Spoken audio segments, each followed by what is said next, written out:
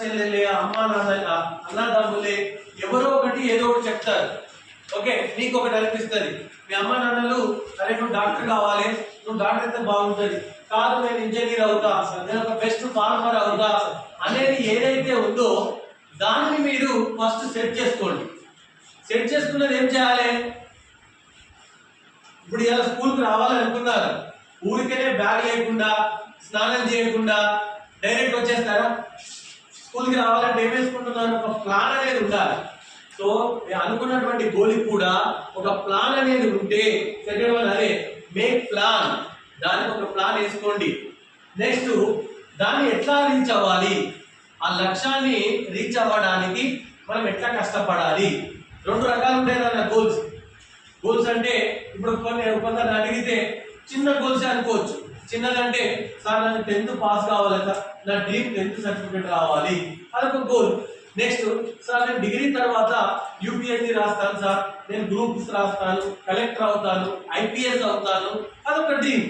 అంటే మనం అనుకున్న దానికి ఎలా కష్టపడాలి, ఎంత మేర కష్టపడాలి, కష్టపడకపోతే ఏది రాదు. అవునా?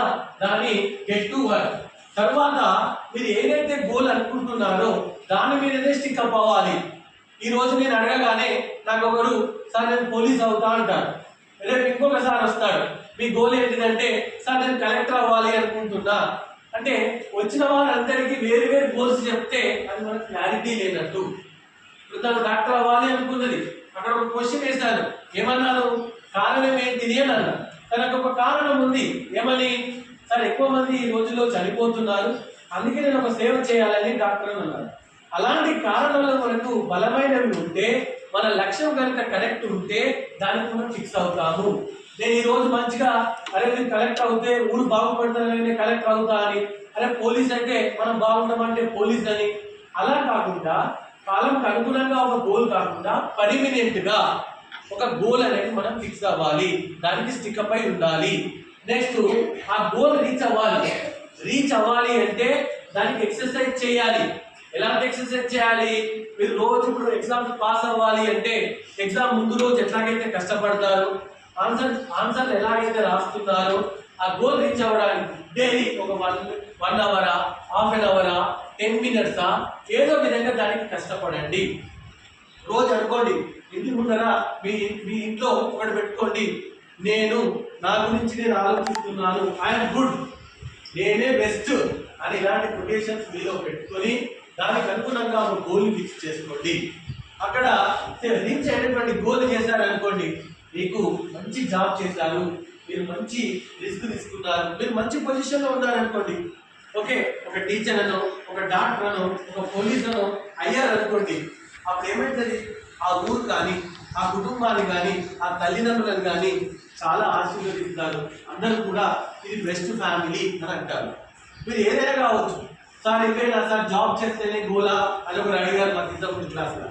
జాబ్ అని కాదండి, మీరు ఏదైనా కావచ్చు. సార్ మా నాన్న తల్లిదండ్రులు రైతులు సార్, ఫార్మర్స్ సార్, వాళ్ళ గురించి ఆలోచిస్తున్నాను సార్ అనే వాళ్ళు కూడా ఉన్నారు. మీరు ఫార్మింగే చేయండి, వ్యవసాయమే చేయండి, బట్ అందులో మీరు చదువుకున్న టెక్నాలజీని వాడండి.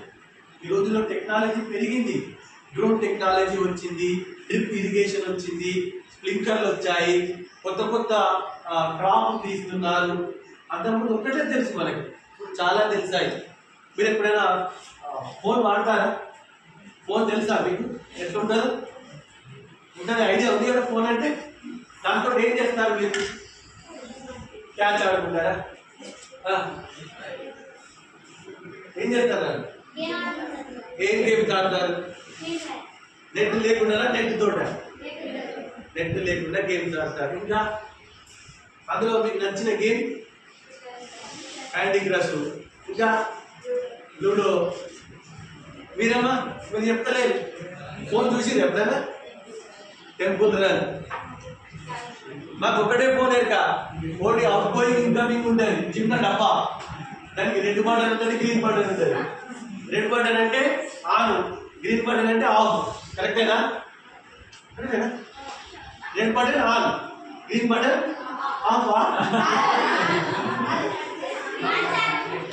ఏంటి? Very good. నాకు అంతవరకే తెలుసు. మీరు చాలా నేర్చుకున్నారు. మేము గవర్నమెంట్ స్కూళ్ళలో చదివిన వాళ్ళమే.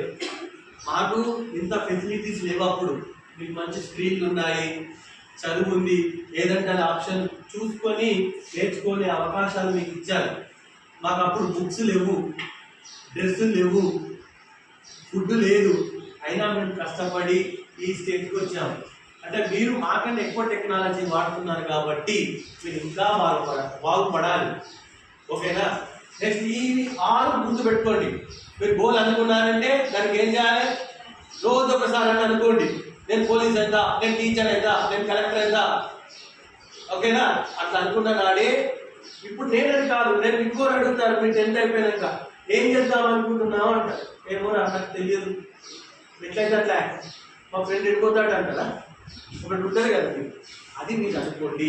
అట్లా అనుకున్న నాడే మీరు సక్సెస్ అవుతారు. మీకు కారణం ఏదైనా సరే, మీ తల్లిదండ్రులను చూసో, మీ అమ్మ నాన్నలను చూసో, లేకపోతే మీ అక్కా చెల్లెలకు ఏదో రకంగా దాని గురించి ఆలోచించండి. సో అప్పుడు మాత్రం మనం సక్సెస్ అవుతాం. ఇక్కడ గోల్స్కి ఒక టెక్నిక్ ఉందండి, స్మార్ట్ టెక్నిక్ అంటారు.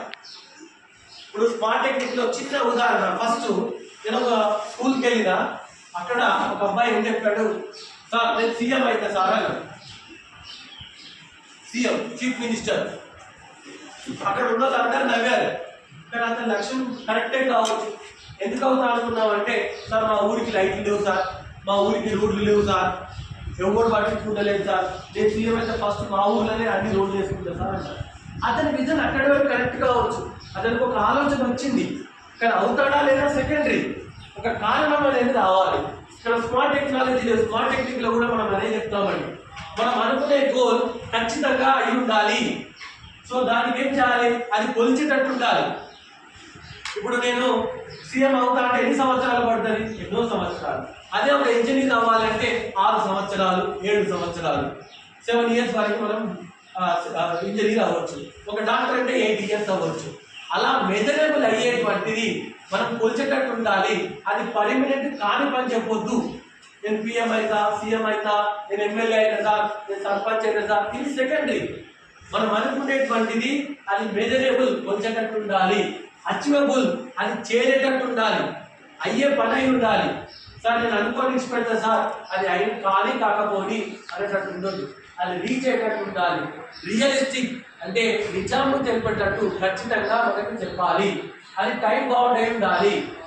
ఎన్ని రోజులు అనుకుంటున్నావు, ఈ రోజు అనుకుని ఇష్టపెడితే దానికి ఎండ్ ఉండదు.